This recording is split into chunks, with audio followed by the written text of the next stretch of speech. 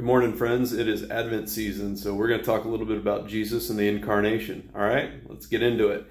So we're going to start with Isaiah chapter 9, verses 6 and 7. For to us a child is born, to us a son is given. The government shall be on his shoulders. Of the increase of his government and peace, there shall be no end. Very, very well-known verse. But I want to talk today about this word that I've underlined here because it only exists in this little pericope. It doesn't exist anywhere else in the Bible. And so to understand what this means, because it's tying it directly to the incarnation, this is what's happening. The government should be on his shoulders. Is he talking about statecraft? Is he talking about physical nations? Is he talking about everything, the cosmos? Everything shall be on his shoulders? Well, let's get into it and see what this verse is specifically trying to tell us about the incarnation. So, the word used is Mishra, which is often translated as rule or dominion by scholars. Now, like I said, it only exists there in that little bit of pericope. However, we do have the root word, the Sarah, telling us what it means. And we get this from Genesis 38 and Hosea 14. Now, what happens in Genesis 38 and Hosea 14? Anybody? Okay, I see your hand. Very good. It's Jacob. Both of these are talking about Jacob. Now, who is Jacob? So if you know your covenant theology, and I hope you do because it's very important, God makes a covenant with Abraham that his descendants will be like stars. Abraham then has Ishmael, who's a bastard. Let's call it what it is. And then he has Isaac. So he only has like a small family at that point. But then Isaac has Esau and Jacob. And what do we know Jacob for? Well, he gets the birthright from Esau, and he has the entire tribe of Israel. He has 12 sons. And yeah, we'll skip about how he got those 12 sons, but the whole point about Jacob is that the physical kingdom of God, the promise of Israel, and this is where his name gets changed from Jacob to Israel, the whole concept of a physical kingdom coming into fruition comes through Jacob. And here we have this concept of the physical rule in this realm, not just the cosmos, not just some ethereal plane, that the physical realm comes through the seed of Jacob. Right there. Boom. We see it. Now, your covenant theology ought not end there, because you have the Mosaic covenant as well, and then you have the Davidic covenant. Now, what's important about the Davidic covenant, and I don't want to give it away if you can see over my shoulder, is that the Davidic covenant is the final covenant prior to Christ's return, where he establishes the new covenant. The Davidic covenant, if you're unfamiliar with it, basically says there will be a son of David who is greater than David. And in the patriarchal mindset, this is questionable.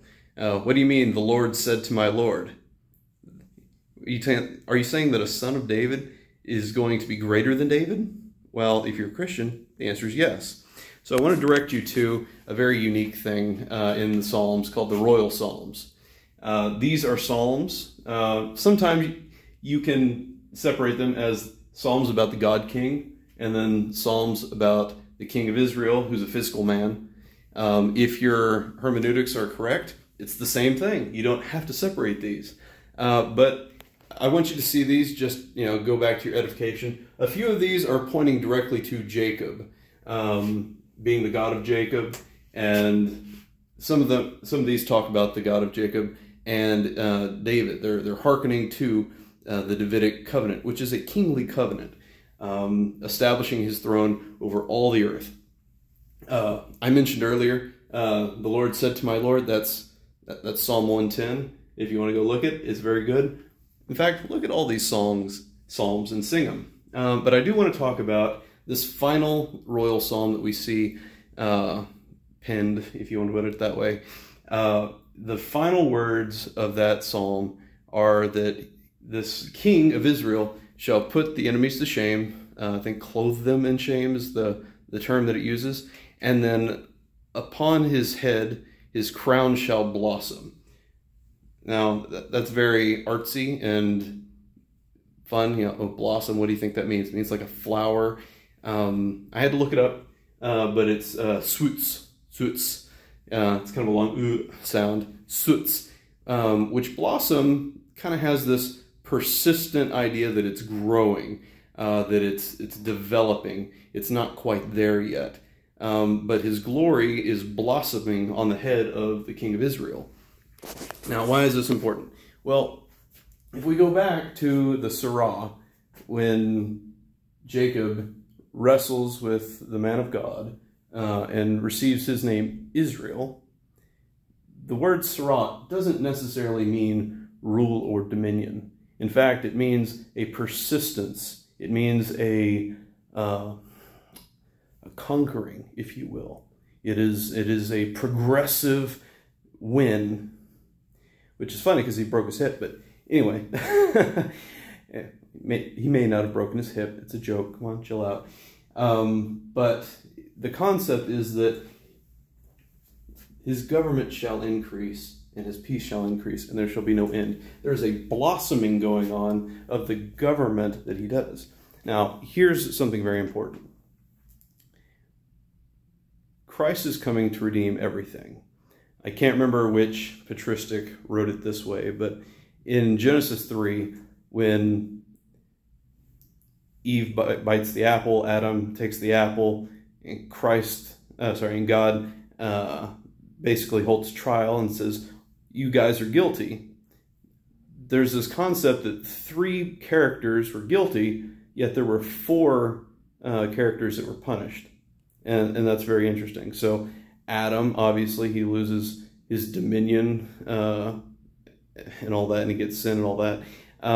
Eve, she gets the pains of birth, and there's strife between her and the man. The serpent, he is required to slither on his belly.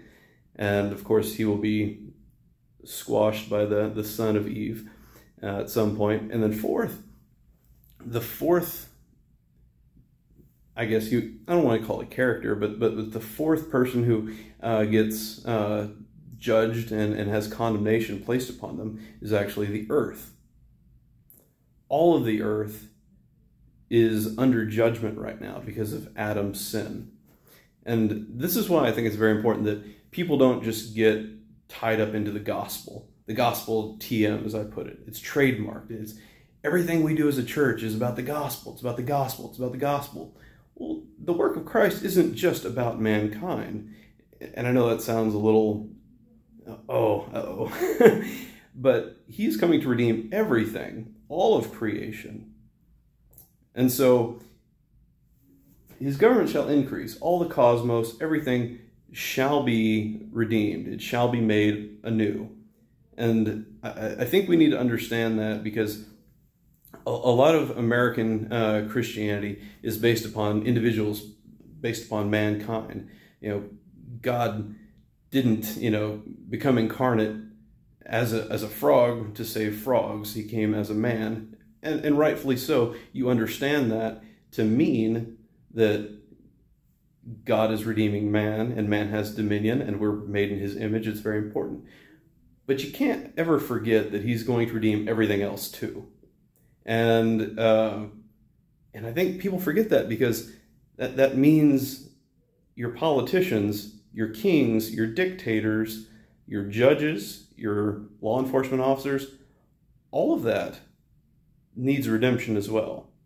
And that's kind of why theonomy kind of makes its mark, is that it's not the secular world is just in battlement with the church. It's no, that the church is going to overcome these things.